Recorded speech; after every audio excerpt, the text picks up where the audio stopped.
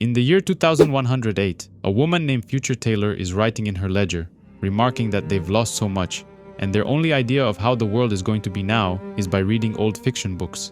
She is part of a bigger group that lives in one of the biggest human settlements in the country located in Chuga.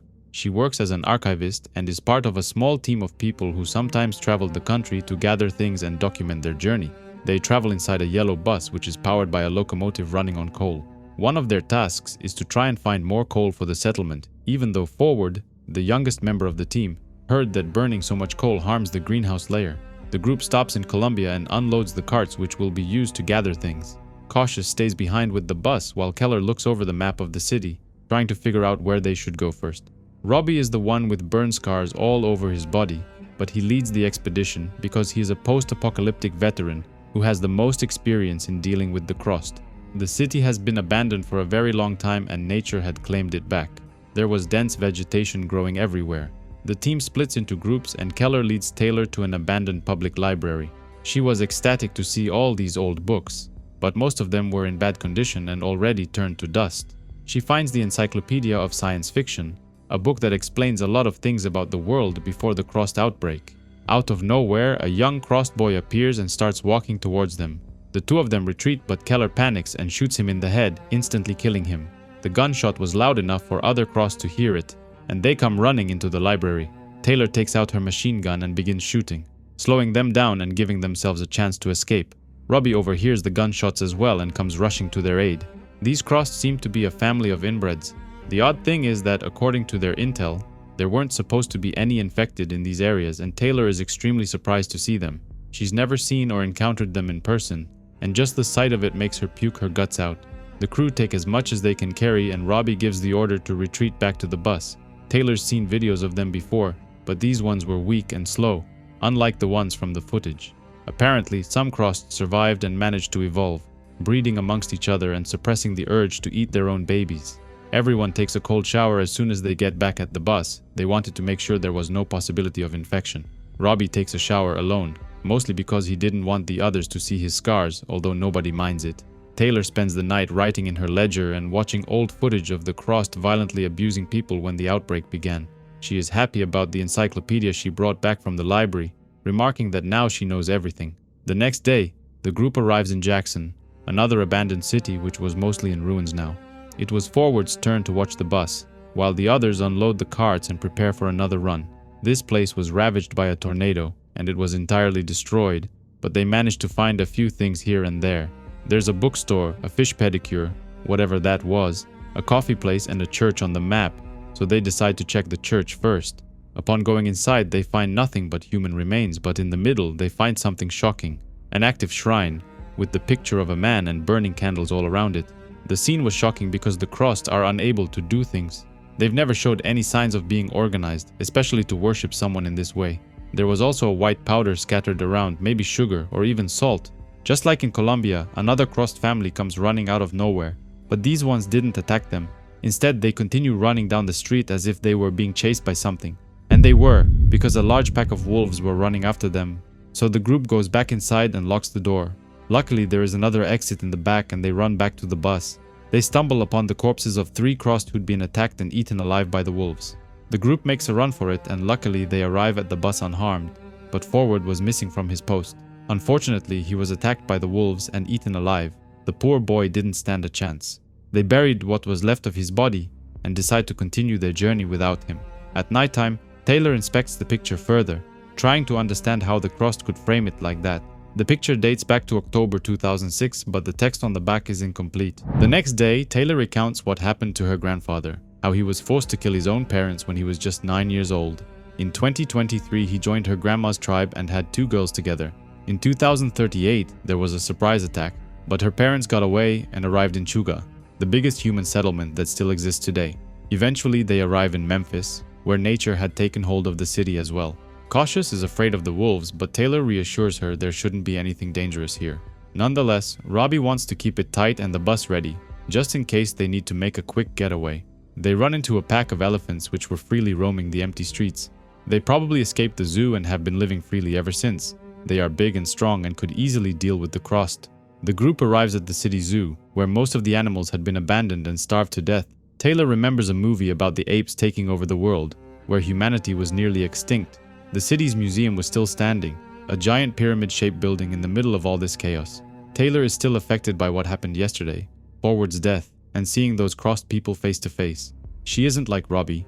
She grew up in a world without seeing them. Unfortunately, the bridge out of Memphis was destroyed, and there is no way they can leave the city tonight. They spend the night around the fire, cooking some burgers and talking about life. Robbie reports back to their boss, Old Woman Jackson, who was back in Chuga. That shrine was very strange, but so far they don't know what it means, and Taylor asks to speak with her mom. Cautious and Hope like each other and decide to leave the campfire and be alone. Taylor goes back to her room and watches more horrible videos about the crossed while trying to understand what the picture from the shrine actually means. The next stop happens at the governor's mansion. God only knows what things they might be able to find inside. It's Keller's turn to stay with the bus, but he doesn't mind it. He was eager to check out some fresh maps that they were able to scavenge. Robbie remarks that Hope and Cautious are very close this morning. They probably made love last night, that's why they're so happy together. The inside of the mansion looked amazing. It's like nothing they had ever seen before. What's even more shocking is that one of the rooms was filled with vegetation, a perfect blend between man-made and nature. Upon checking it further, Taylor finds another shrine, this time with a picture of St. Jesus and more salt, just like before. A crossed family comes out of nowhere again and attacks them, scaring the shit out of everyone. Hope uses her machine gun to take them out, helped by Robbie and Taylor, while Cautious was too stunned to do anything. The attack was swiftly ended, but Hope was injured on her neck and was probably infected. She claims it's nothing and gets upset when the others doubt her, but the virus works fast and she starts acting crazy. She starts laughing maniacally and Robbie puts her out of her misery, while Cautious was in shock. She couldn't bear to look as Robbie puts the final bullet in her head, ending her for good. Taylor writes in her ledger, recounting how her mother lived in this kind of world, but she isn't strong enough. She couldn't live in a world full of crossed people. She wants to go back home. She wants to go back to Chuga and be with her mom. The crew returns home and pass by a couple of people who are working on building the railroad again. The place is radioactive and they have to wear hazmat suits in order to stay safe. Chuga is a big settlement that's surrounded by a giant fence, ensuring that its people are safe while guards keep watch 24/7. George, one of the village elders and part of the leadership, welcomes the crew back home. Sadly, 2 of their people died on the mission and their families are heartbroken to hear the news. Taylor's mother couldn't be happier that she made it back in one piece, and tells her everything that's been happening for the past couple of days. The mother is in a relationship with George and Taylor is happy for her. She wants to eat some burgers, but there hasn't been enough meat lately, so they have to ration it. But the mother made paka stew instead. Flash Gordon, aka Taylor's cat, welcomes her back home. It will feel good to sleep in her bed once again. She spends the night watching some violent crossed videos where they were brutally fighting a family. One of them gets his head chopped off, but he was quickly replaced with another. Taylor couldn't sleep, so she wakes up early in the morning and goes for a walk. She continues reading the encyclopedia about Robert Heinlein, but she couldn't understand a thing. Maybe it wasn't written for women. The townspeople organize a meeting to talk about the recent trip and what it means. Someone suggests they should focus on building the railroad since it's gonna make traveling a lot easier and safer. But Robbie thinks they should focus on clearing the surrounding cities of crust. The ones they met earlier are smarter than expected, and they might pose a threat to their community if they aren't dealt with. Everyone agrees, but in order to do this, they're gonna need more people, so they'll ask Murfreesboro, another settlement like theirs, for help. Plan boss John thinks they shouldn't use the radio anymore, because the crust might be smart enough to use it as well and they risk exposing the plan. The next day, the same crew leaves the village and travels up the river to Murfreesboro, but they are joined by 2 new recruits, crewwoman Morning Addison and crewman Nudie Wales. The new guys are happy to join the team, but they don't believe the crust are smart enough to use a radio. The ship gets close to a nuclear plant which exploded a long time ago, but the place was still radioactive and they need to wear hazmat suits. All the dams on the river were destroyed during the war against the crust, and it was now easier to travel up the river. They see another ship which had crashed a long time ago on the rocks, so they go to take a closer look. They find many skeletons on board and all of them were tied in chains. One of them wasn't, and it still had clothes on, meaning that he was probably the boss while the others were his slaves. He had a necklace made out of a person's butthole and a glass vial filled with salt stuck inside. The clothes seemed to be sewn together, which means the crust who made it are smart and sewing capable. The journey continues, but it's already night when they reach another nuclear plant. This one was also destroyed, but the radioactive sand was glowing green in the dark, so everyone had to wear the hazmat suits once again. There used to be over 7 billion people in the whole world, but after the crust outbreak, there were just 2 million left and more than 100 million infected. Everyone else had been killed. By the year 2020, there were less than 1 million people left alive. The other half had been wiped by the infected. But then there was AIDS, which killed most of the Crost and decimated their population. By the year 2050, there were only 5 million Crost left alive and more than 1 million normal humans. The Crost have a habit of killing and eating their children, but a few of them evolved and created families, living and breeding amongst each other. By the year 2070, there were maybe 1 million of these incest-infected families and more than 2 million people all over the country. The humans started grouping together and formed big communities, and they created a new country called Alleghania, where over 100,000 people used to live. In the year 2072, the older people settled in Murfreesboro, a town where the majority of people were Muslims ever since 1982. The next settlement to be created was Chuga, and they kept contact with Murfreesboro by radionet. All over Alleghania there were people cleaning up cities and building new settlements, trying to start a new life. Eventually, most of the Cross population was decimated, and now there are over 200,000 people across Alleghania, and maybe a few thousand infected. The crew eventually arrives in Murfreesboro, the Muslim community which was flourishing.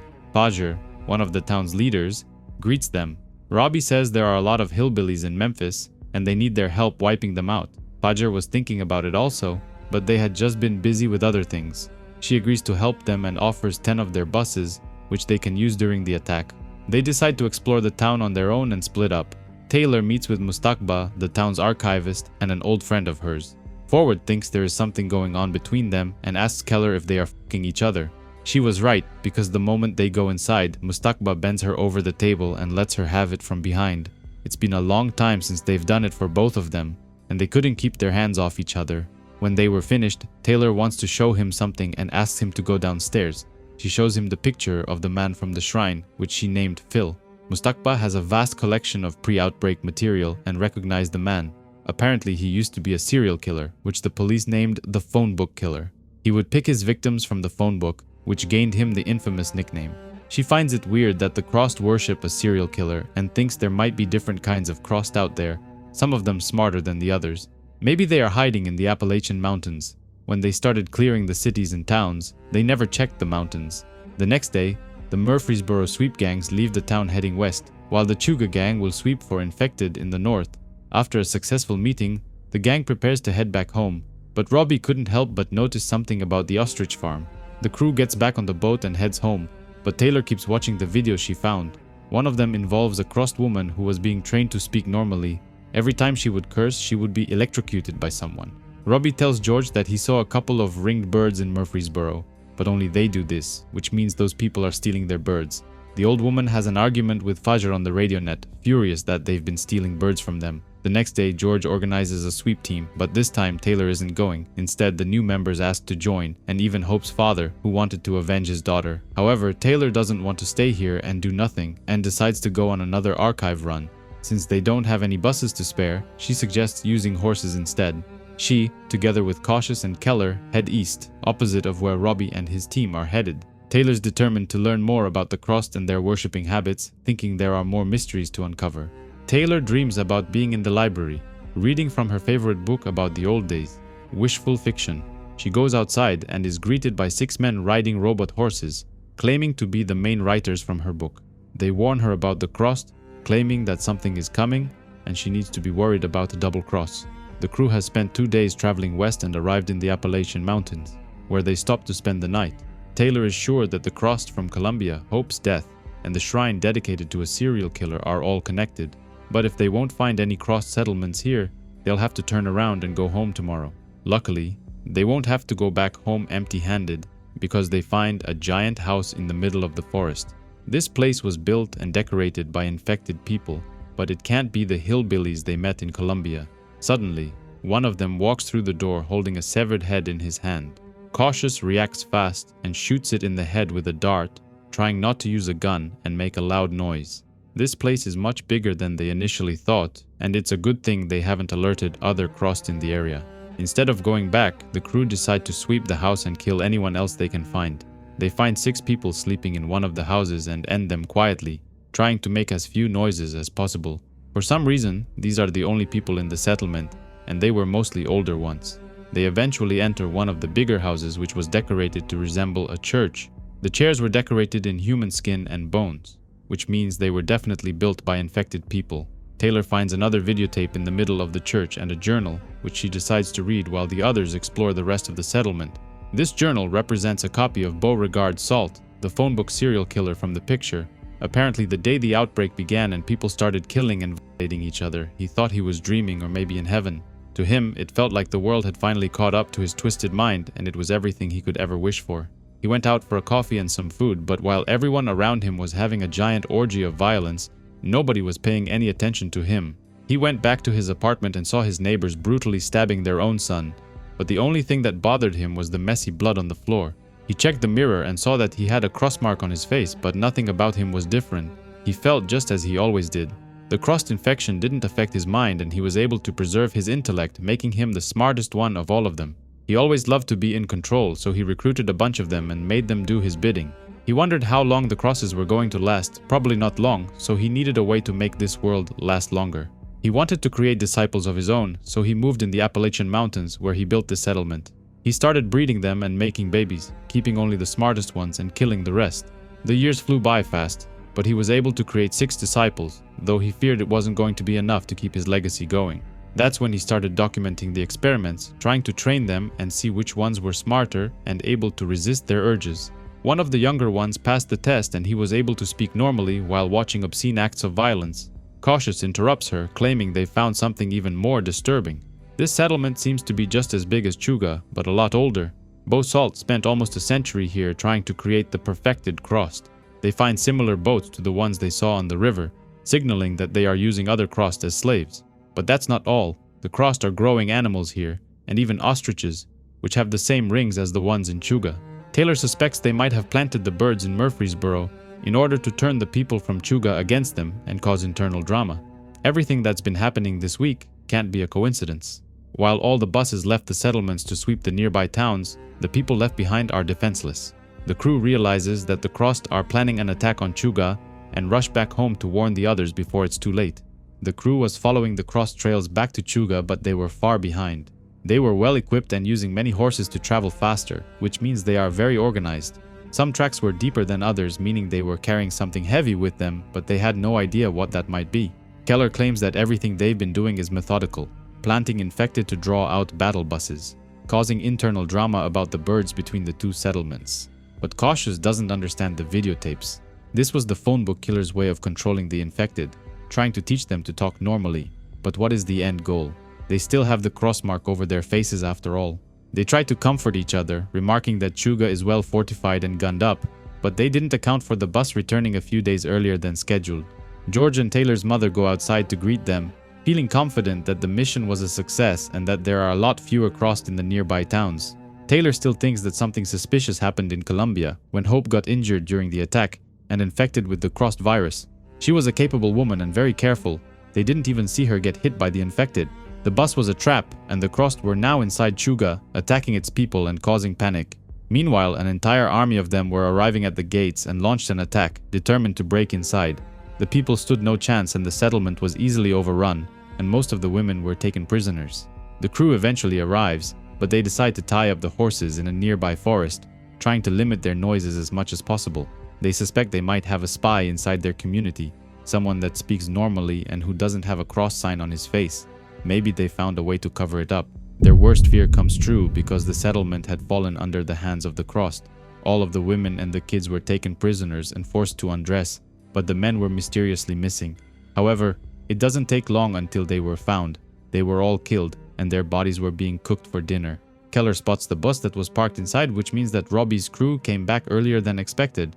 The main action was happening in the middle square, and their leader decides to show his face. Everyone was cheering him on while people were being cooked on a giant frying pan. The traitor is finally exposed. Robbie was one of them and pretending to be a normal human, when in fact he was a crossed all along. He was probably turned when he was just 12 years old. That's why you can't see the cross sign on his face anymore. One of them is trying to Laura, Taylor's mother, but Keller loses his temper and shoots him. He then shoots Laura in the head, preventing her from turning into one of them. He then accuses Robbie of being a traitor. He's the one who planned this whole thing. He killed Hope and let the other crossed inside the settlement. Keller isn't able to shoot him and instead blows his own brains out. There is nothing they can do there, so Taylor and Cautious start running, trying to get to Murfreesboro and ask for help. Beauregard Salt had planned this whole thing for over a century. He left videotapes behind in order for his people to continue his work and take over the world as the dominant species. Taylor has a recurring dream, one where she is constantly attacked by vampires who come at her from every direction. The dream changes and Robbie attacks her with a sword, chopping her hand off, claiming she won't be needing that. There is also a giant woman who gives birth to crossed babies, while her mother and old woman George are turned as well. It's been 1 year since the attack on Chuga and she lives in Murfreesboro now, but they live under the constant threat of the crossed. They perform regular training, where they simulate an attack by having some of the people disguised as infected. In case of an attack, they want to use the buses to defend the town, but these people are amateurs and manage to crash one of the buses. The drill is a disaster, and if this was a real attack, they would all be in serious trouble. Cautious was checking the radio to see if there is anybody transmitting, but they are afraid of using it for important stuff, fearing the crossed might listen in on them. Fudger claims its people are not warriors, and even though they need to be capable of defending themselves, she doesn't want them living under constant terror. She doesn't take the threat seriously, remarking that they haven't seen any real dangers in over a year, ever since the attack on Chuga. Taylor warns her to take things seriously because these crossed are not hillbillies. They are smarter and more cunning. They planned their attack for 100 years. The two of them get into a heated argument, but Cautious begins crying. She got scared and doesn't want to listen to this any longer. Taylor's been living together with Mustakba, but because he's a Muslim, he dates other women as well. She wants their relationship to be exclusive and only see each other, something like a marriage. Suddenly, the entire sky is lit by a red flare, alerting everyone in Murfreesboro of incoming danger. A man and his son were flying their balloon in the middle of the night, but someone shot at them and they were crashing down. A group of hillbillies was chasing them, but their leader is one of the smarter crossed and riding a horse. The crew goes outside, driving one of the buses and rushing to help the people from the balloon. The kid falls on the ground but lands on Cautious, who tries to catch him. Luckily, she was able to save his life, but she injured her leg in the fall. The hillbillies rush towards them, but the bus runs them over, instantly killing them and mutilating their bodies. The smarter cross talks to them and says they thought that future Taylor was dead. She's surprised to see her and can't wait to get back and report to her people. The crew was able to recover the balloon and the kid was taken to the infirmary, where he bunked next to Cautious, who was also recovering from an injured leg. After seeing the crossed up close, Fudger decides to take their threat seriously and agrees to listen to Taylor. She wants to go on another archive run but doesn't want to use one of the buses. Instead, she wants to use the old man's balloon, aka Mr. McBlarney, so she asks for his help. Taylor can't stop thinking about that smart Billy, but she can't figure out how she knew her name. The mission to leave Murfreesboro and go on another archive run was approved and Taylor was getting ready to leave. She and Genheim McBlarney leave the settlement at dawn, lifting the balloon high into the sky, safe from all the dangers that lay beneath them. She was curious to know more about the old man's son, One Way. Apparently, his mother died a while back and it's been just the two of them. They quickly arrive in the first settlement of Fayetteville, which doesn't have any buses, no stockade and no archive, just an odd little settlement. While the old man wanted to share his stories with its people, they were mostly interested in hearing Taylor's story. They heard about the attack on Chuga and wanted to know more about what happened there and how she survived. A woman with many tattoos on her face approaches her, claiming she's part of the Borning family line and it's their tradition to paint their faces like that. Taylor is kinda attracted to her and wants to know if she's seeing anyone. Apparently she's been married for 5 years, but isn't against sex talking with her, she's open-minded. One of the villagers tells them about a radio message from another settlement nearby called Kingston. They lost all communication with them a week ago, and they are worried that something bad must have happened. McBlarney fires up the balloon, and the two of them continue the journey, heading towards Kingston to see if they could find out what happened there.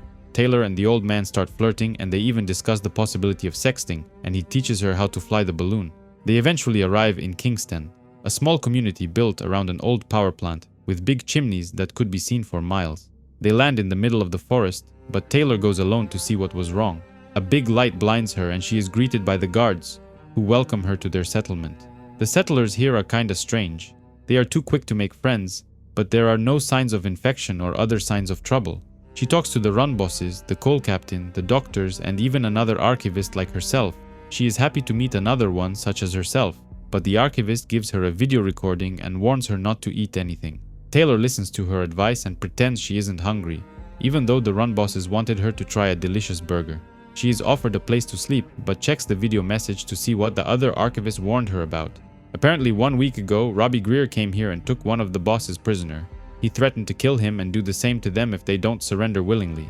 He didn't want to kill them and instead offered them a deal. He wants the settlement to give him 10 healthy people once per year, 7 women or girls and 3 men or boys. Kingston is a small community and they don't have that many people to spare each year, but if they refuse, he's gonna order his people to violently assault them. Taylor knew they'd been compromised and sneaks out in the middle of the night while 3 men were keeping guard near her door. She goes back to the balloon and tells the old man everything that happened there, but she was horrified to leave these people defenseless. Just as they were flying out of there, Robbie and the other crossed return, and the run bosses had organized a lottery to see which people were gonna be given to them. Taylor sees Robbie getting down on his knees and putting something on the ground. It was a crossed baby wrapped in blankets. Back in Chuga, when the settlers organized a big meeting, it was called a shout, but here in Murfreesboro it's called a heed. Fajr tells everyone that the settlement is focused on building the railroad, which will allow them to travel deeper and more safely into the country. Recently they had a couple of crossed attacks, but they had plenty of security and they were easily dealt with. She is happy about the recent victories and claims the coalition of settlements is doing great without any serious threat from the crossed. Taylor is angry because Fajr wants to fire Cautious from working the radio net. Apparently, she's been getting into a lot of fights with other people, and there have been some complaints. Murfreesboro is a majority Muslim community and they don't like people who cause trouble. And on top of that, Cautious isn't even a Muslim. McBlarney went away for 1 month and left his son here to recover before he can fly again. He'll be visiting other communities and trying to gather intel, useful archives, maps, unit deployment and supply lines, anything that can help Murfreesboro. Fajr's been reading a lot of military books lately, and she shows everyone a map that consists of asset disposition and groups of people being deployed. Taylor thinks all of this is kinda impersonal, remarking that she's talking about people like their numbers instead of names. Eventually she speaks her mind, claiming that everything they're doing is still not enough, reminding everyone about what happened in Kingston when Robbie came along.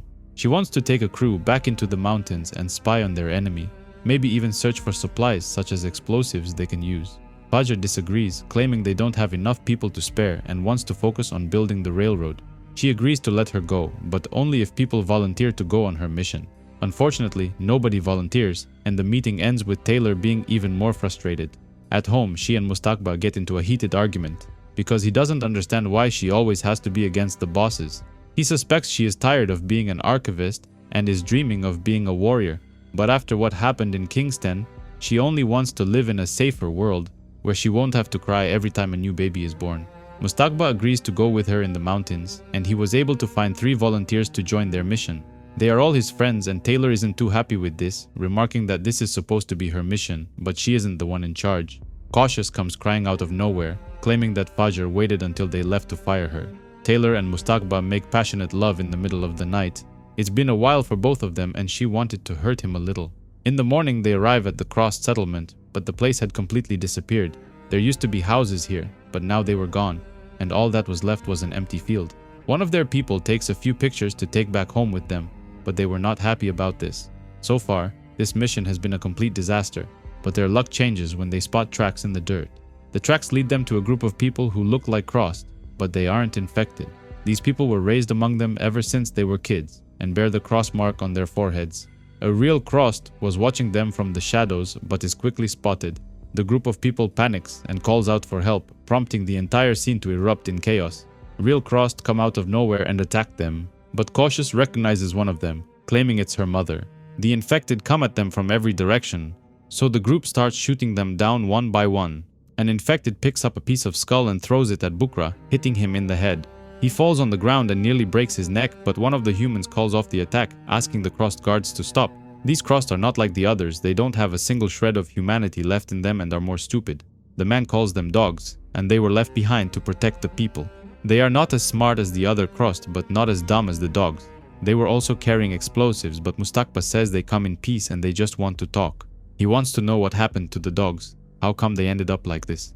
Apparently the bosses experimented on them, making them like this, trying to change them and both species for the merge. Their bosses, Sleepy, Bashful, Sneezy, left this place some time ago, and Taylor recognizes their names from Bosalt's video. Bashful was the one in charge during the Chuga surprise attack. The serial killer trained them and left them in charge when he died, to continue perfecting the crossed race and trying to make them smarter. One of the other people calls the man a traitor for talking to them and kills him, and then orders the dogs to attack them. Chaos erupts a second time and Bukra gets in the way, defending Mustakba from a surprise attack. Just as before, they are surrounded from every direction, but one by one the dogs are taken out. Cautious is careless and wants to hug her mother, but her mind was gone and it was just a mindless beast now. Out of nowhere, a tiger jumps to her rescue and attacks the mother, biting her on the neck. When the crossed outbreak began, most of the zoo animals were set free and now roam freely in the surrounding areas. One Way takes the final shot and shoots the mother in the head, ending her life once and for all, even though Cautious was against this. One of the feral humans detonates a bomb, causing a big explosion that kills most of his people. The crew is unharmed, but Cautious was devastated after seeing her mother killed in front of her eyes. The group picks up some of their gear, including some explosives, and then burns all the remaining bodies. The group rides back to Murfreesboro and Taylor sees Mustakba holding hands with Bukra, thanking him for his help earlier. She thinks they were having an affair from time to time. That's why Bukra risked his life to save his life. The group was just a few miles from the settlement when out of nowhere someone starts shooting at them. It was their own people, mistaking them for crossed. Unfortunately, Bukra caught a few stray bullets and died on the horse. He was laid down and covered with a blanket, while the other Muslims performed a few prayers to honor him. Upon entering the settlement, Taylor notices a large number of people entering as well. Many of them were even bringing their animals. Apparently, many of the other settlements are too afraid to live out there on their own, and decided to come here. Fajr's been dreaming of uniting the settlements ever since what happened in Kingston, but the place was growing at an alarming pace and the streets were filled with people from all over the area. Mustakba takes Bukra's body and buries him in the settlement's cemetery, while performing a small Muslim ceremony. Meanwhile, things were quickly getting out of hand, and fights over food break out all over the settlement. A group of refugees was brought to the main hall, because Fajr wanted to hear their story and learn more about them. One of the women was part of a small settlement, trying to survive in this harsh world. When the Crossed visited them, they got offered the same deal as the people in Kingston, to give over 10 people, 7 women and 3 men once per year. They refused and tried to fight, but sadly they were no match for the Crossed, who broke in and took whatever they wanted. A similar thing happened in another settlement, but they agreed to make a deal. While they were drawing lots, some of the people escaped and ran all the way to Murfreesboro, thinking this place is still safe.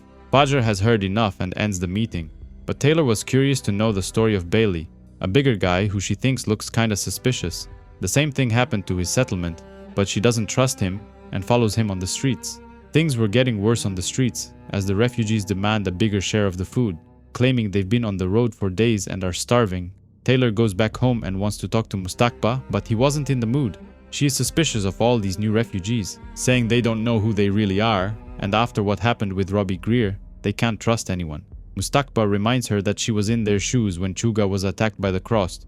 She shouldn't be so quick to judge others. He wishes her peace beyond you, but this pisses her off, claiming she's tired of the same old Muslim wishes. She goes back on the streets and sees an old man being attacked by a refugee. Bailey steps in and saves the old man, claiming some people need to learn some respect. Taylor then goes to speak with Fajr, but she didn't want to talk to her as well. After forcing herself in, she tells her what they found in the mountains, and about the Crossed people who called themselves rejects. But Fajr already knows this, because Mustakba briefed her after they came back from the mission. Taylor warns her that things are very complicated. Bo Salt spent 100 years working on a way to perfect the Crossed race, but the ultimate goal isn't for them to dominate humans. He wanted to merge the two species.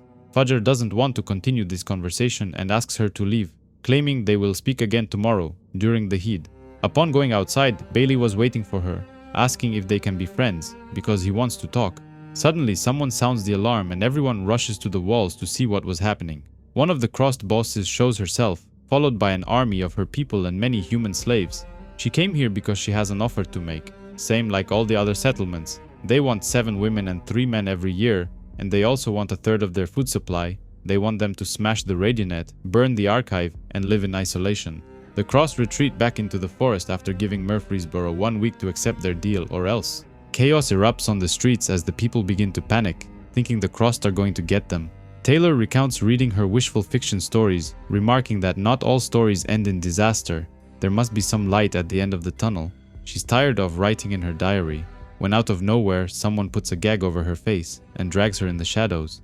Amidst all this chaos and despair, One Way and Cautious started having feelings for each other and have an intimate moment on the streets. Bailey is the one who kidnapped Taylor because he wants to prove he's no infected. He uses a knife to cut himself and then lets her drink his blood, proving that he won't get infected. He claims he's tired of running from the Crossed and wants to fight, but in order to do this, he needs her to show him where the guns are stashed. On top of that, he wants the video from Kingston, he wants plan maps of the entire settlement, and also a list of people who are causing trouble inside the settlement. The next day, Fajr and the people have another heed, and she wants them to vote on what they should do. While they are praying, McBlarney comes back with his balloon, claiming he's seen entire armies of Crossed moving around. Entire settlements have been wiped and they are watching all the roads in and out of here. Out of nowhere, Bailey and his people pull out the guns and take over the heed, threatening Fajr and the other bosses. He forms an interim leadership and forbids anyone from entering or leaving this place, and then asks everyone to go back home. Taylor is the one who gave them access to guns, thinking they have some kind of plan, but Mustakba is furious with her for what she did. One Way and Cautious claim they love each other and want to leave the settlement with his dad's balloon. They offer to take her and Mustakba along, but he refuses to leave. Just as they are about to board the balloon, Bailey and his crew arrive and try to stop them. McBlarney cuts the rope and helps his son get away, but he and Taylor were left behind. Bailey takes him prisoner and puts him on the shit list, the list he asked Taylor to make, but she couldn't. How could she choose who gets to live and who dies? One night she drops her diary in the mud, but when she tries to pick it back up, she realizes there are sewer tunnels running all under Murfreesboro. 1 week later, the Crossed eventually returned and the settlement took their deal. 10 people were offered in exchange for their freedom, and the Crossed run boss was happy they took the deal. One of the prisoners was gagged, but the run boss wants to hear what she had to say. She warns her about explosives being planted behind her, big explosives, but it was too late. This was a trap, and Bailey gives the order to detonate, causing a massive explosion that kills all the prisoners and all the Crossed that were in front. The others try to regroup, trying to protect Bashful, their leader, who was in the back. Bailey orders his people to open the gates and the Crossed try to storm inside. That's when the second part of the plan begins, and everyone outside is engulfed in a giant fire. There are sewers running in and out of the settlement, and Bailey filled them with gas, which he set on fire. Now that the gates are opened, the people storm outside, shooting everyone in their path, killing the remaining Crossed that didn't die in the explosion or the fire.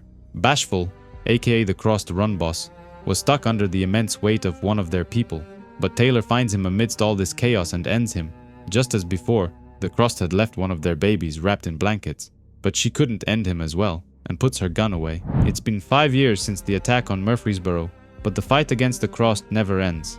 Many of the settlements were forced to accept their terms and surrender 10 people each year in order for the others to remain free. One such settlement is Kingston, where the people have now barricaded themselves inside and refuse to talk to other communities. They even shoot towards the people from Murfreesboro, threatening them to stay out and leave them alone.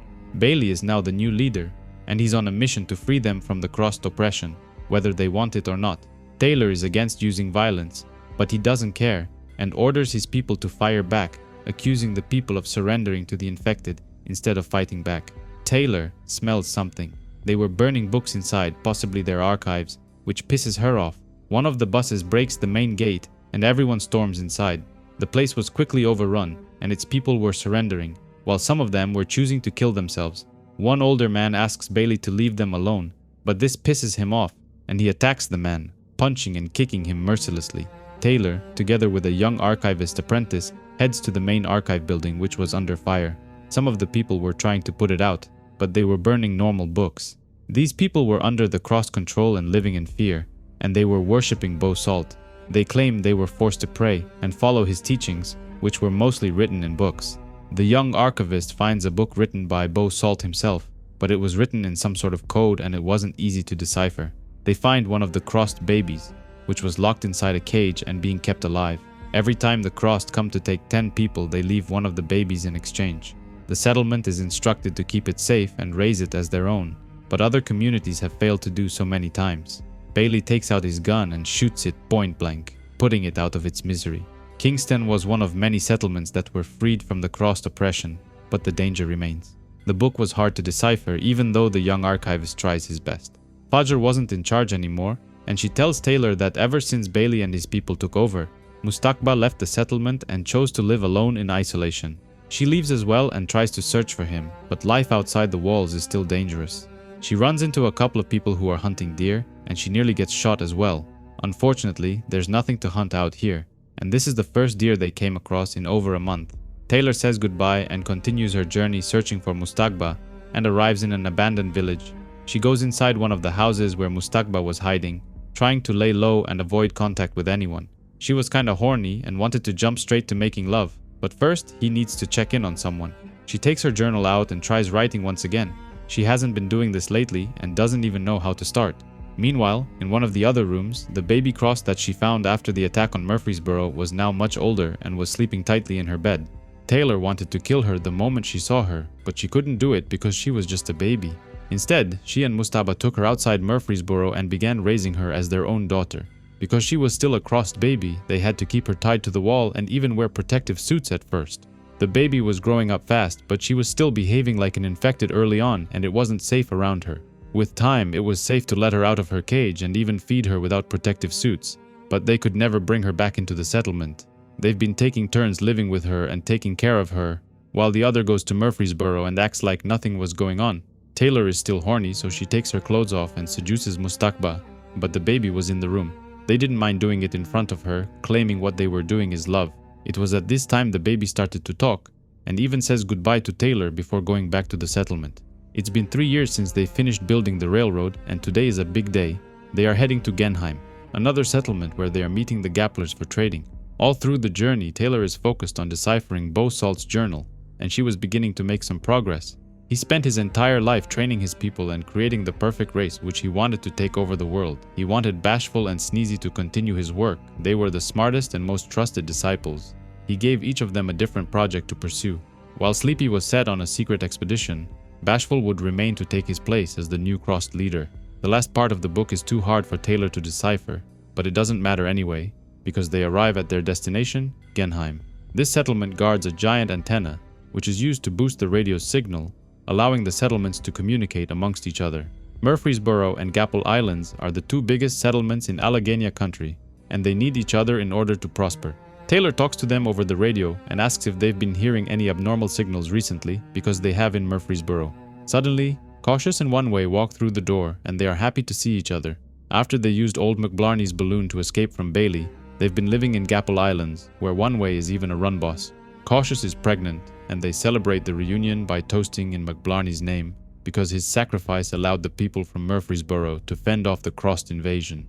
In the middle of the night, a pack of Crossed attack the settlement and cut off a piece of the fence. Everyone jumps to defend the settlement, and One Way takes the lead. One infected gets too close and jumps towards him, but someone throws a spear right through its head. It was a group of people who came out of nowhere and decided to join the fight by attacking the Crossed from behind. One Way recognized them, claiming they are hill tribers, people who choose to live alone. They've often done trades amongst each other, but Taylor is worried they might be infected underneath those suits. Their leader takes her mask off, revealing they aren't infected but just normal people like themselves. Her name is Insa, and each of the tattoos on her face represents a fallen Crossed. Insa claims they have plenty of things to trade and offers to come again in the morning, to which One Way agrees. Before leaving, she gives Taylor her cigar, which was made from pure weed. They grow it themselves in the wild. She takes a smoke and instantly begins feeling its effects, so she decides to go back to her tent. Instead of going to sleep, she keeps smoking and goes back to work, trying to decipher Salt's journal. In his final days before his death, he continued writing in his journal while the other Crossed took care of him. He completed work on the Great Plan some months ago. In it lies the final instructions, which were collected in the last chapter of the journal. All of his disciples will own a copy, though none of them will be able to decode the last chapter. It's heavily encrypted, which can only be unlocked with a known cipher, a single word, a secret key. Only by surviving will his children learn the keyword, selected for intelligence and obedience, rewarded for their faith. The cipher will be revealed to them at a specific time and place of his return. Taylor wakes up in the morning and has breakfast with Cautious, which she missed greatly. Cautious claims she loves living on the Gapple Islands. They've got settlements 40 floors high. They've got animals, archives, food, and everything else they could ever want. But above all, they live together as a family, 50 moms and 50 dads and 100 brothers and sisters, all taking care of each other. Taylor gets emotional because she misses Mustakba and the little Crossed girl, but she can't tell Cautious about her. She needs to keep it a secret. The Hill Tribers return, and they have some amazing stuff to trade, including survival handbooks, homebrew beer, mechanics of saltwater batteries, and others. Bailey calls the radio net and asks to speak to Taylor, claiming he heard they had some trouble with a couple of Crossed. He wants to come over and mop the areas around the settlement, but that's the last thing she wants. She claims it's nothing serious and asks him to stay in Murfreesboro. Apparently there was another attack during the night, but they were able to capture the person who did it. It's a Crost, and they think it might be Robbie Greer, so they want to speak with him. Insa claims they don't do any trades with people speaking to Crost and asks her people to pack their stuff and leave at once. Nonetheless, Taylor wants to speak to the captured Crost, who was locked inside a container. Unfortunately, it wasn't Robbie, but just another random Crost who got himself captured. He offers to tell them everything they want to know. They just have to ask him. But One Way and his people decide to try another method. Although Taylor never agreed to torture, they put a mask over his face and make him inhale some kind of gas which should help relax him and make him more cooperative. However, the gas has an undesired side effect which makes the man have multiple orgasms and he can't control himself. He claims he comes from the school where everything started, where Beau Salt lived and died. This place is where his disciples live, where Sleepy and Bashful and the rest began their missions. He claims that Sneezy, another one of Salt's run bosses, still lives there now. The man claims that Taylor already met the other disciples. They're kinda hot even. But it can't be the tribal ladies, they're uninfected and they don't bear the cross mark. They even killed other Crossed, but only the stupid ones. Everything is explained in Salt's book. This is his legacy. Taylor was able to decode a lot from the book, but she's smarter than others. That's why Salt wrote it like that, to weed out the stupid infected and uninfected, so only the smart ones could decipher it. The third chapter, however, is the hardest, but the man offers to help her, giving her a few hints. 13 days before the 13th year of Salt's century, which means the 14th of July, 2121. This date isn't for another 7 years, but it is very important, signaling the date when the mass murderer Beau Salt will return once again. But how can this be true? Even the Crossed die eventually, and they don't come back to life. One Way doesn't believe that the tribal ladies are Salt's disciples, but the man claims you can test them. If you ask them who Bashful loved best, they will answer. They are forced to do so. Eventually, the man dies. He killed himself by cutting his wrists against the ropes and bleeding to death. They don't want to believe him, but before dying, he could have splattered blood and infected all of them inside the container. But he didn't do it. Taylor goes back inside and performs a lobotomy, choosing to cut a piece of the man's brain and take it with her. On the same day that Chuga was attacked, there was a second attack on another settlement called Bethlehem. Its people have mysteriously disappeared ever since, but they thought they just migrated to another place. According to One Way, the tribal ladies live in a place called Greenbrier Country Club, but the map says there is something else there, Project Greek Island, but he doesn't know what that is. Taylor and the others leave on another mission to go to meet the tribal ladies to see if they really are Salt's disciples or not. Greenbrier is a hotel from before the Crossed outbreak, which resembles the governor's mansion from Memphis. They wanted to speak to Insa, but apparently she is busy guarding the main hatch inside, whatever that is. One Way claims they came to trade, and one of the women asks him to take what they want and leave what they don't need. But she doesn't want them to ask any questions and forbids them from exploring the settlement. Young archivist finds an old picture of the Greenbrier Resort, which shows there is a nuclear bunker underneath the main hotel. Taylor is convinced that this place is the Crossed home base, so she decides to ask the question, who did Bashful love best? One of the women says it was his blushing brides, while the others say, Amen. They unwillingly expose themselves as being Beau Salt's disciples, but one of them gives the order to kill them. Chaos erupts as One Way takes out his gun and tries to defend his crew, but getting out of here alive won't be easy. Everyone makes a run for it, but some people are shot in the back and die on the spot. Luckily, One Way came prepared and he had a couple of people waiting in the forest, which provided enough cover fire for them to escape. He was shot in the shoulder, but it was mostly a scratch and he will survive. Taylor makes the difficult decision and contacts Murfreesboro on the radio net.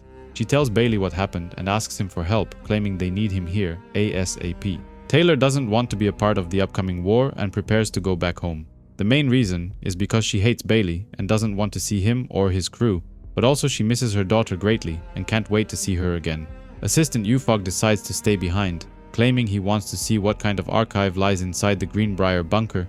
She says goodbye to her friends and then hops on the train back to Murfreesboro, but she couldn't stop herself from feeling guilty about lying to One Way.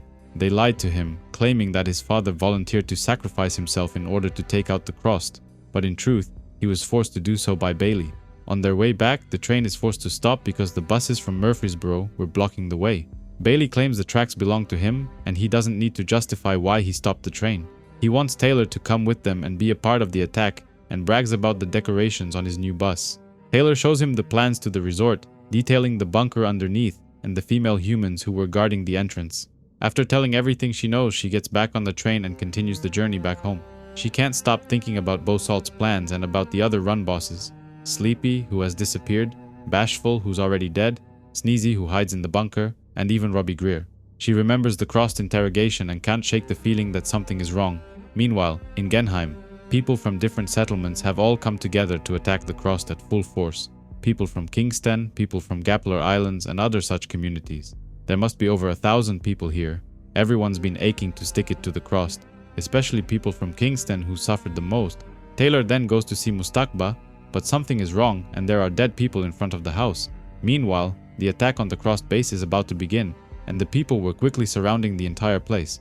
Upon going downstairs, Taylor is shocked to see that Mustakba has been stabbed, and Robbie Greer is holding her daughter hostage. The attack on the crossed begins, and the buses break inside the compound.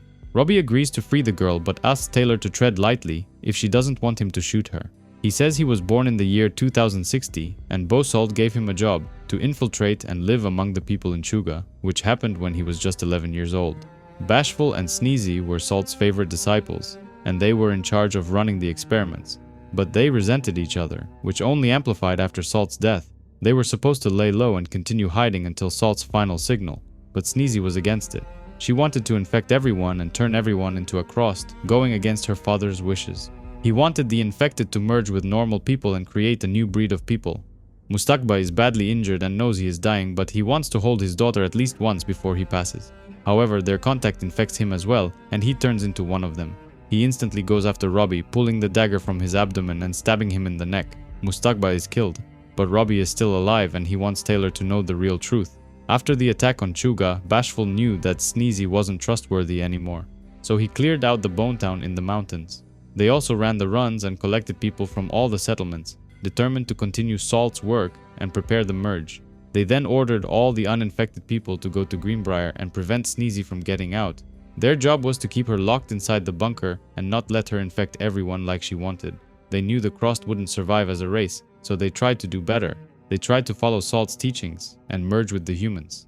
The attack on Greenbrier was a total success, but Bailey wants to get inside the bunker and finish the job. Taylor talks to them on the radio and tells them not to go inside the bunker because it's a trap. She tells One-Way what Bailey did to his dad and that she lied to him, which causes him to lose control. He kicks Bailey off his horse and then orders his people from Gapler Island to leave and abandon the fight. However, Bailey is determined to finish the job and wipe out every Crossed, including whatever was hiding inside the bunker. He refuses to listen to Taylor and goes inside with over 600 people to cover his back. However, what they find inside shocks them to their core, and they weren't prepared to deal with it. Sneezy had created a giant gas bomb that was tainted with infected blood. As soon as the bunker doors open, she detonates it, creating a giant explosion that covers the entire hotel. Taylor puts on a hazmat suit and then takes her daughter and leaves the house, determined to go somewhere else and keep her safe. Sneezy's plan had worked, and everyone who participated in the attack was now turned, including Bailey. The story begins in Casper Compound, one of the few remaining human settlements in a world ravaged by the Crossed. It was founded by survivalists and armed individuals who bonded together to survive. There hadn't been an attack in a long time, until today, when the Crossed managed to break inside. Thomas Fleshcook, an infected who looks and speaks like a normal person, has infiltrated the settlement and plans to sabotage it. While the men defend the perimeter, the women and children hide in the bunker. Nina, one of the women, panics and asks archivist Julie what their orders are, but they have received none. They were instructed to stay put and hide while the men handle the attack. One woman suggests that if the Crossed break in, they should kill themselves before being violated. Nina could never bring herself to harm one of her own children. Meanwhile, another woman, curious, moves close to the door, trying to hear what's happening outside. Out of nowhere, a powerful explosion destroys the door and instantly kills her. Fleshcook and his Crossed swarm inside, but he pleads with the women to spare the children. He does not want to hurt them. He claims there is another way, but for them to survive, they must prove they have the capacity to kill. Fleshcook urges them to kill the soldiers, arguing that the soldiers deserve it for treating them cruelly for so long. Nina grips a knife and does whatever is necessary to protect herself and her child. Commander Nathan and some senior officers have escaped, and Fleshcook does not know how. Though he was part of the settlement, he was never high enough in the chain of command to know about escape routes. He gives Julie a knife as well and challenges her to make the same choice, to prove she can be as ruthless as they are. Julie remembers one officer who had previously visited her in his office. Filled with rage and fear, she slits his throat, despite his protests and claims of being frontline. All the women follow Flesh Cook's instructions and kill the surviving soldiers, after which he allows them to live. He had arrived at the settlement as a teenager and worked hard to become a good soldier. The camp was cautious about accepting newcomers, but Thomas claimed his people were wiped out by the Crossed. In the end, their caution was justified. He betrayed them. Julie reflects on life in the camp. Everyone had a rank. Those who passed basic training became soldiers, while most women and some men worked in support roles, handling cooking, cleaning, building, and scavenging. Soldiers were responsible for protecting the camp, and they were allowed to take whatever they wanted, including the women, whom they often violated. This hierarchy persisted for decades. Even though the settlement had not faced an attack in over 20 years, soldiers remained the most important group. Flesh Cook discovers a tunnel used by Commander Nathan and his people to escape. Curious about their next move, he learns from Julie that they will likely head to nearby settlements, such as Newcastle or Rap City. They may return in larger numbers, but until then, he can plan a defense. Julie is intrigued by Flesh Cook. He speaks like a normal person and is far more intelligent than the other Crossed. He shows her a picture of Beauregard Salt, a serial killer from before the Crossed outbreak, and one of the first Crossed who did not lose his mind. Salt died over 50 years ago, but while alive, he devoted himself to the Merge, a vision of a world where Crossed and humans could coexist. He had 12 disciples, 3 of whom are still alive. Happy, Salt's favorite disciple, raised Flesh Cook and taught him everything he knows. While most Crossed are obsessed with torture, sex, and cruelty, Beauregard Salt valued fine cooking, music, and art, and he instilled those interests in Happy, who succeeded in passing them on to Flesh Cook. Flesh Cook observes Julie bringing books to the library, and while researching, he often watches what she reads. She asks what it is like to be infected. He cannot explain. He was born this way and does not know any other life. In turn, he wonders what it is like to be normal. Flesh Cook can pretend to be many things, which allowed him to fool everyone into believing he was normal. Yet he has never felt sadness. Julie, however, claims he shows sadness when speaking of Beauregard Salt. Emptiness, heaviness, and weakness, the essence of sorrow. He offers Julie a deal. If they must abandon the settlement, he will teach her what it is like to be Crossed, on the condition that she teaches him what it is like to be normal. He cuts himself with a knife, claiming it feels amazing, almost like sexual pleasure. If it feels that good, why don't they do it all the time? But if they did, they wouldn't last long. That's what Beau Salt taught them, self-control. Imagine how much more enjoyment you gain over a lifetime of pain. The Crossed aren't very different from normal people. Bondage, sadomasochism, these were just names given to categorize a disease, though it can also be an acquired taste. Bashful used to teach uninfected people to be just like them, but he relied on torture and brainwashing, which he now finds outdated. Flesh Cook, however, prefers to explore the subjects as they are, methodically and intelligently. Julie argues that people don't derive pleasure from hurting others, but he reminds her of the officer who would often violate her. He took pleasure in seeing her suffer, just as she did when she slit his throat. The two of them come dangerously close, and she nearly touches his face. He pulls back, warning her to keep her distance, or she might get infected. The scars covering his body were self-inflicted, remnants of when Happy used a lion's claw to scratch him. He can still feel each individual claw sinking into his flesh, which excites him even now. Overwhelmed by his primitive instincts, he urges Julie to run outside before he loses control.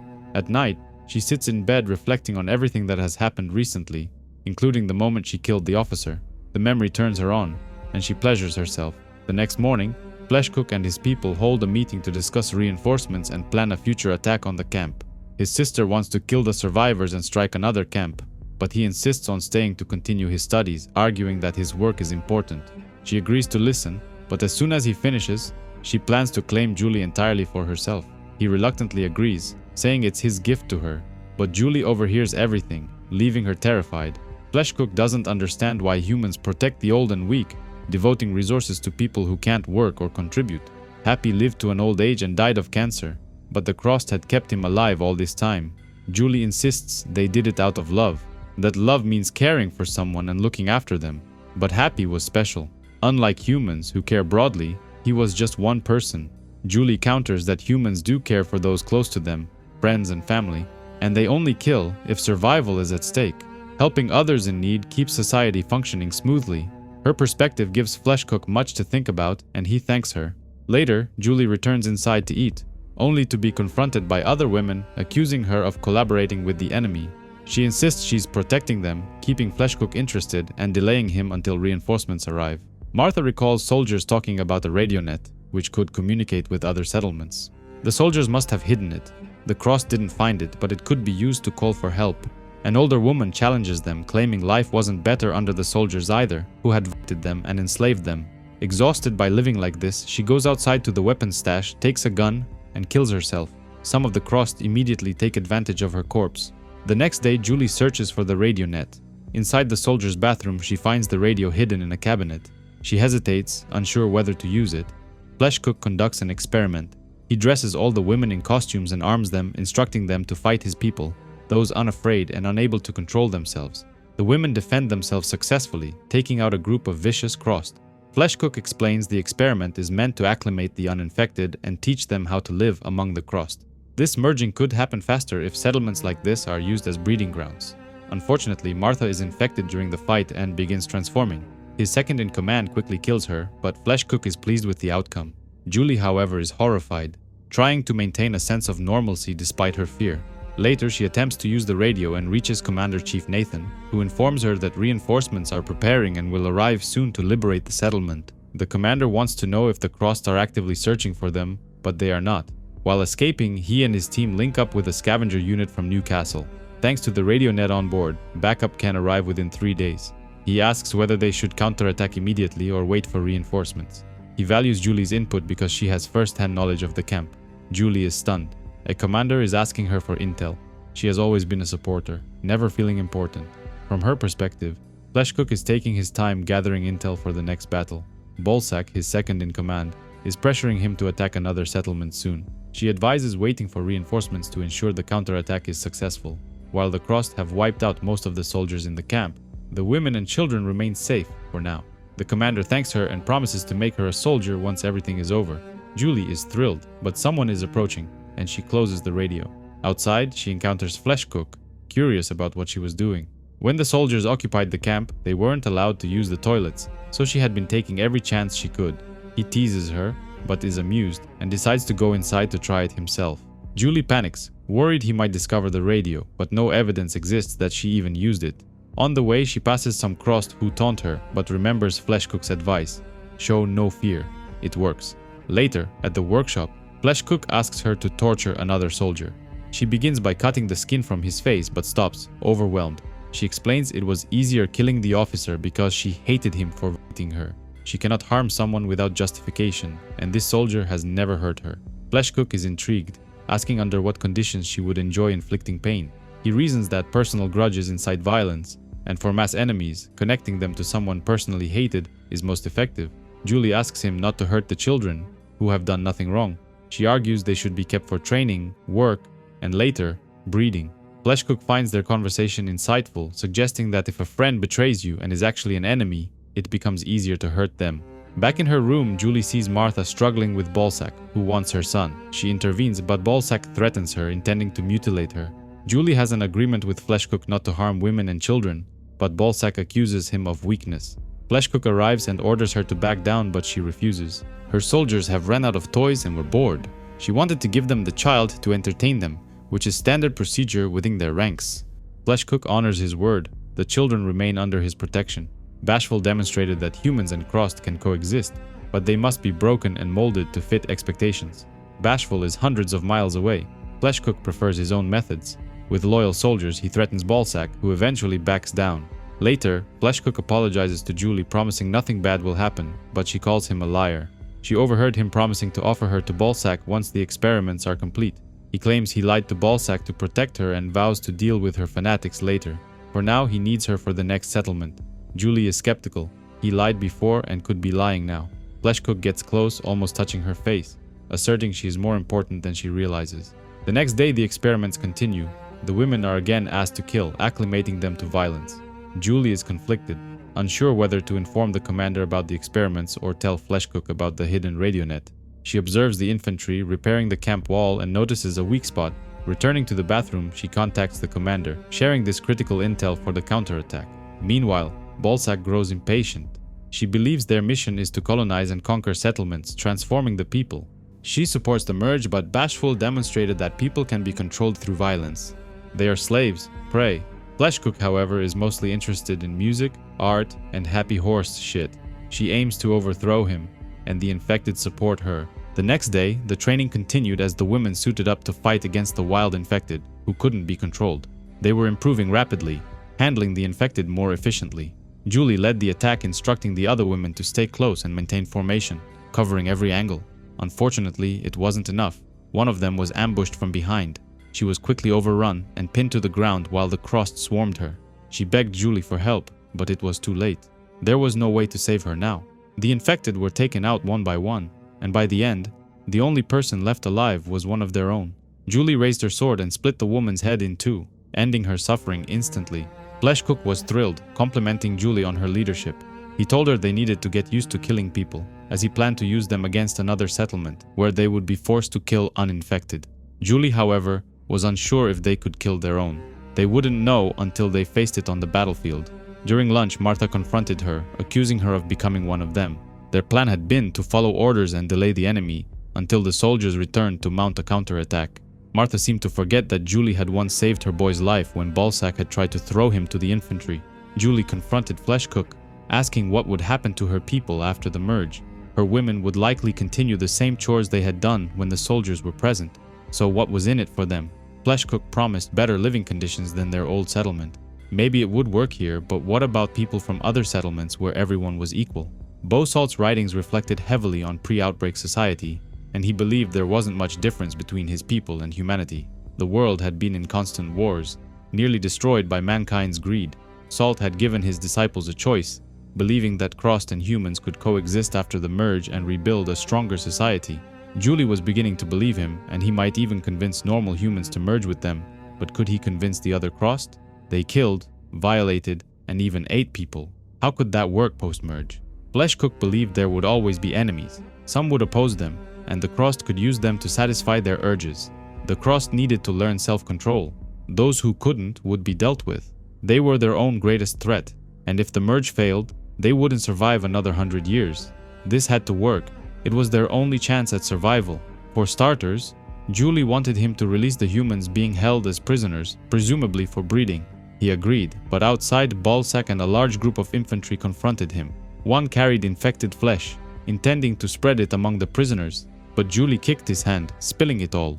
Balsac then took advantage of the distraction, stabbing Flesh Cook in the back and calling it mutiny. Yet, years in the military had made him a formidable fighter. Julie released the prisoners and urged them to warn the others to suit up. The crazed infected, kept in the barn, were freed by someone. The leaders clashed, with Flesh Cook claiming the infected were a threat to both sides. Just as they were nearly overwhelmed, an arrow struck one of the attackers in the eye. The women suited up and joined the battle, helping Julie. Balsac punched Flesh Cook in the old stab wound, but he was enjoying the pain. He overpowered her, pinning her to the ground, but she kicked him in the groin. Fortunately, he doesn't have a ballsack anymore and isn't hurt by it. He went for her neck, biting deeply and causing fatal bleeding. Within seconds, she was dead, and he declared the fight over. He ordered everyone to stop while the women rounded up the crazed infected and locked them back in the barn. Flesh Cook was taken to the infirmary, badly injured and in need of a doctor. Martha arrived, claiming to be a trained medic, and began treating him. Julie ran to the bathroom, starting the radio to hear Commander Nathan, who informed her that reinforcements had arrived but needed confirmation the camp was ready. The soldiers were ready to retake Casper compound, but Julie advised Commander Nathan to wait. She warned of a potential mutiny among the Crossed, even though it had already occurred, explaining that they might wipe each other out, making the soldiers' task easier. Nathan agreed to delay the attack, hoping to face fewer infected. Julie returned to the infirmary, where two of Flesh Cook's commanders demanded to see him. They didn't trust her, but she explained he was injured and being treated, and they should trust her judgment. Martha finished sewing his wounds, saving his life, though he remained at risk of infection. Julie informed her about Nathan's upcoming attack, but wasn't sure which side to support. Helping the soldiers would return her to a subordinate role, vulnerable to exploitation. Aiding Flesh Cook meant merging fully. They agreed to consider their options, unaware that Flesh Cook had overheard everything while awake. Hours later, he felt stronger and thanked Julie for helping during the mutiny. He acknowledged the incoming attack but insisted they must prepare together. The commanders were curious why she had helped them. The Crossed acted on impulse, killing and violating, while soldiers tormented their support throughout her entire life. Julie informed her people about the attack and her desire to merge with the Crossed. They still had to decide what to do with the remaining prisoner soldiers, as revealing their cooperation to Commander Nathaniel could ruin everything. During planning, one smarter infected got overly excited, grabbed himself, then quickly calmed down and apologized. A soldier surveilling the compound reported that the mutiny was over, and Julie had revealed the truth, allowing the attack to proceed. The commander divided his forces. One team would assault the main gate, keeping the cross occupied, while a second squadron flanked the wall's weakest point. The assault began. Buses carrying soldiers collided with the main gate, causing a massive explosion. The cross released the infantry, which consists mostly of the savage ones who can't control their urges, but they can listen to orders. 2 more buses arrive and soldiers use flamethrowers to burn the gate, but the crack was big enough for the infantry to rush outside. The infected are fast and climb on top of the buses trying to get to the soldiers, but they lock themselves inside. Fleshcook gives the order to use the flamethrowers on the buses and cook them out, and the soldiers were running out of options. They need reinforcements ASAP, or else they're going to get cooked inside. The second part of the attack was led by Commander Nathan himself, and he drives inside by breaking the weakest part of the wall. 5 more buses were inside now, and the real fight was about to start. Nathan thinks the Crossed are stupid and focused all their forces on the main gate, leaving the wall defenseless. Julie begins the next part of the attack and sets free the soldiers, asking them to go outside because the soldiers came to free them. The commander asks his people to burn the infected alive, but watch out for the incoming soldiers who were now free. They were happy to see each other and he gives them some weapons. One of them tells them about Julie, claiming the support helped the Crossed kill a bunch of soldiers after the compound was taken. Nathan accuses them of treason and wants to kill them, but wants to do it quietly in order to keep the morale of his people high. But something was wrong. The soldier begins to feel different and turns his weapon on the commander. He turns into an infected, but Nathan takes him out quickly by blowing his brains out. The same thing happens to the other soldiers who were set free. They turn Crossed and attack the squadron. Apparently, before setting them free, Julie had dipped her gloves in infected piss. This kind of infected takes a bit longer for the virus to pass through the skin, and a couple of minutes before someone is turned. This was just enough for the soldiers to be turned into live human grenades. The rescue was quickly turning into a fight for survival, as the Crossed were turning the fight in their favor. Fleshcook is reunited with the female support, and they're about to finish things off. Nathan accuses Fleshcook of being a traitor, wondering if she forced Julie to join him, or did she do it all by herself like Judas. He calls her a support bitch, but this pisses her off and she kicks him in the face. That's how the soldiers ran things here. The stronger did what they pleased to the weak, whether they wanted it or not. He wants to do the same to him, while a couple of Crossed prepared to violate him from behind with one of the rifles. The attack was now squashed. The vehicles are largely undamaged, and 10 survivors were taken prisoners for further interrogation. Fleshcook is happy and compliments Julie and her people, claiming they are leaving the camp tomorrow. She followed him to the library, where he revealed plans to attack settlements in Newcastle and Rap City, using vehicles loaded with bioweapons and infected soldiers. Julie, however, was concerned about their personal relationship.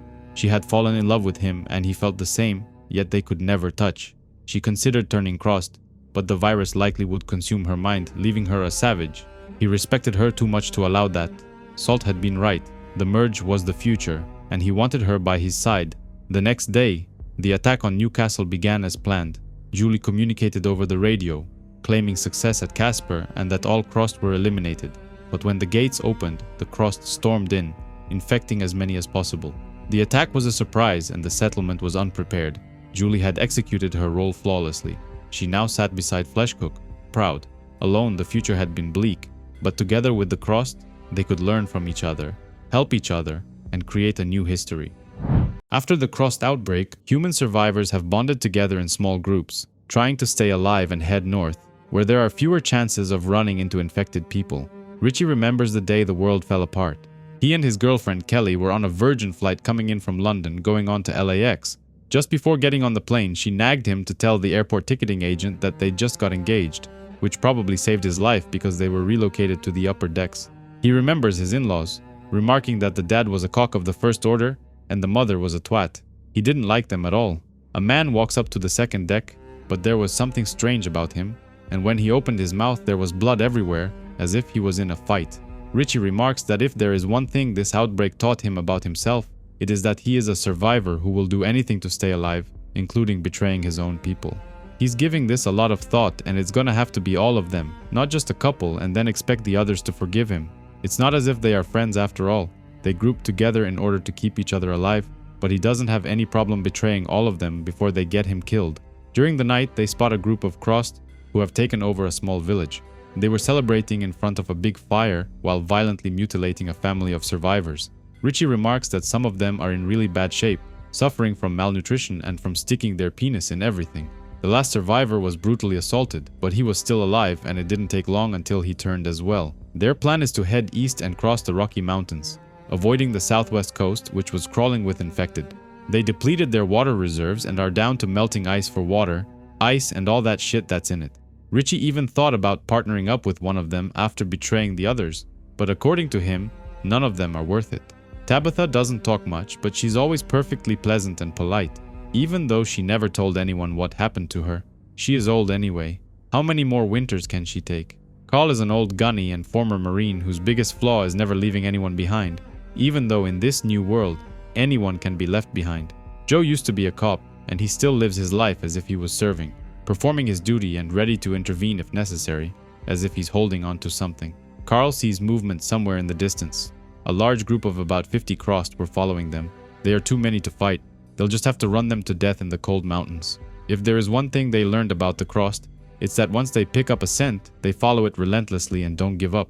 They'll follow them into a goddamn blizzard, hobble after them on lumps of gangrene, and they'll be lucky if the weakest die before they catch the group. Richie pictures being attacked by them, dragged down one by one, ammunition exhausted, overwhelmed, and he blames the group for condemning him to this. He thinks about taking Lauren with him. He's fantasized many times about her, but she didn't like him from the first moment they met. Justin is just a pathetic loser who's afraid of his own shadow, a little victim who makes Richie want to punch him. Luke got it worse than anyone he'd ever heard of, worse than anything he could ever imagine, and he spends every minute of the day looking like he's ready to end it all. The group keeps heading east until they reach a dead end. There was supposed to be a bridge here, but it was destroyed. Probably the army took it down, trying to limit the infection from spreading. The group is angry and exhausted, but there is no way of crossing it. They have to go back. But the crossed were behind them, following their tracks. They needed to think fast. Luckily, there is a forest just a few miles back, but Richie is afraid of taking that route, fearing that someone is going to get his ankle broken and slow them down. Back on the flight, the person who walked upstairs got close to one of the crew members when, out of nowhere, he opened his mouth and spat on him. The blood and other bodily fluids were infected with the crossed virus, and the infection had now spread to the upper decks. Another infected walked up the stairs when suddenly the plane shifted direction and tilted on its side. Someone had opened the airplane door, trying to get away, which caused the plane to depressurize and many of its passengers to be dragged out. In that moment, Richie thought about dying, remarking that he was willing to do anything to stay alive, just like now, as they headed toward the forest in the back. The group headed back to find another way across, but the crossed were not far behind, and Lauren could hear screaming and laughter coming from their direction. In the past, the infected man turned his attention to Richie and wanted to take his eyes, but when the airplane door opened, everything started to shake and things started flying everywhere. The flight crew was now infected and turning on each other, but one of the pilots decided to step out and intervene. He shot the infected crew and then took out the passenger who wanted to hurt Richie, but things were quickly getting out of hand. The pilot heard noises coming from downstairs and wanted to know what was happening, so he told Richie to go down and see. Nothing could have prepared him for what he was about to see. An orgy of violence, people turning on each other, viciously attacking and mutilating each other. In the present, Richie's worst fear comes true when Justin stepped inside a rabbit hole and hurt his ankle. He screamed in agony because the pain was unbearable and Richie thought he heard his ankle snap. This means he won't be able to walk properly and will slow the group down, but he knows these idiots won't leave him behind.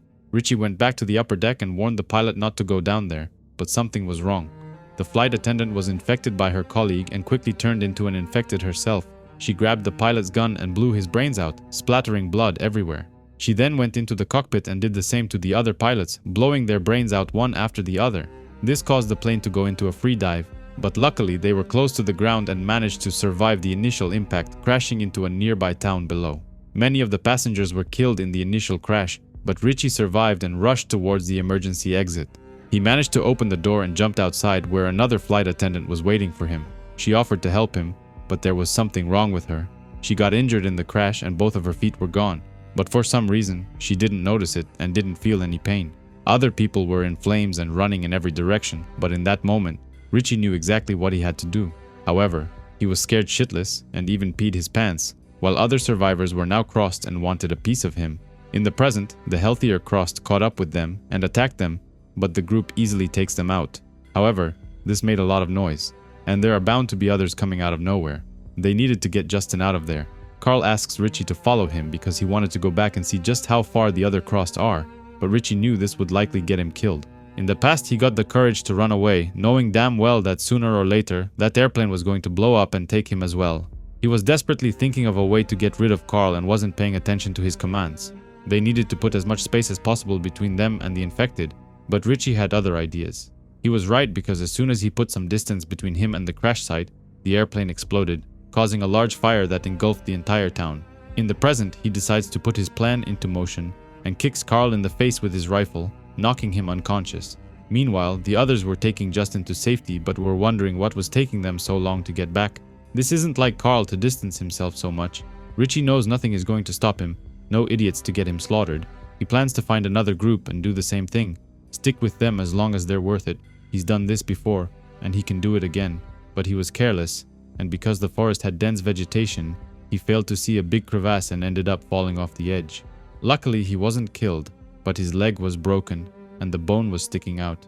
He thinks it's nothing. He just needs to push it in and splint it. He's seen it done before. Then it will heal on its own. He remembers his father's funeral where he was holding his mother's hand, but he wanted her to let go. He didn't cry. In fact, he didn't feel anything. He didn't feel any sorrow for losing one parent. Even though he wanted to marry Kelly, he never really loved her. He liked her. The sex was good, but deep inside, he didn't feel anything. Not for his dad or his future wife. He's been like this his whole life, unable to feel any empathy or love for anyone. And it's not like he had a tough life. He had a normal life without any past traumas. Ever since the Crossed outbreak began, he found it strange how easy it was for him to fit into this new world. He hears movement getting closer to his location and doesn't know what to do. He questions putting the gun in his mouth and blowing his brains out, but is afraid. It turns out it wasn't the Crossed that found him, it was his group. The people started going through his stuff and found toilet paper and even chocolate bars, which Richie was hiding from them. Carl had a bandage on his head, where Richie hit him and wanted to kill him on the spot, but the others convinced him otherwise. Richie claims he panicked in the forest when he heard Justin's ankle snap. He thought he would slow them down and get them killed. But Justin claims there was no snap. His ankle isn't broken. Richie heard what he wanted to hear to make himself feel better. Joe thinks he wanted to dump them and run for the hills, and this isn't the first time he's done this either. Tabitha claims they're going to help Justin, who just has a sprained ankle. He's going to make it, unlike him. The scream from the fall was probably loud enough to alert the Crossed in the area, and it won't be long before they find him. Richie loses his temper and insults everyone, calling them assholes. First, he goes after Tabitha, calling her an old bitch, and then goes after Carl, reminding him about the no fucking man left behind. He picks on everything, telling them what he thinks of them, but Tabitha is shocked. She doesn't understand why he thinks so badly of them, but either way, they are not like him. After the plane crashed, Richie rushed to open the door and escape, but Kelly begged him not to leave her. Her arm was injured, and she couldn't move it anymore. But he was more focused on opening the door. She tried to grab his hand, reminding him that she's his fiancée, and he said he loved her, and couldn't understand why he was refusing to help her. But he punched her in the face, breaking her nose, claiming he's doing it because he wants to leave. In the present, the Crossed eventually find him and attack him, but he uses a gun to kill all of them. He thinks he's won and starts laughing, feeling confident in his odds of survival, but just when he thought he was going to make it, a larger group heard the gunshots and came out of the forest. Richie finally gives up and turns the gun on himself, wanting to kill himself, but unfortunately, he ran out of bullets. He emptied the chamber in desperation and forgot to leave one bullet for himself. The Crossed jump him and begin torturing him. The reason why he didn't miss his dad, or how simple it was for him to fit into this world, is because he likes things the way they are now. But unfortunately, the story ends here for him.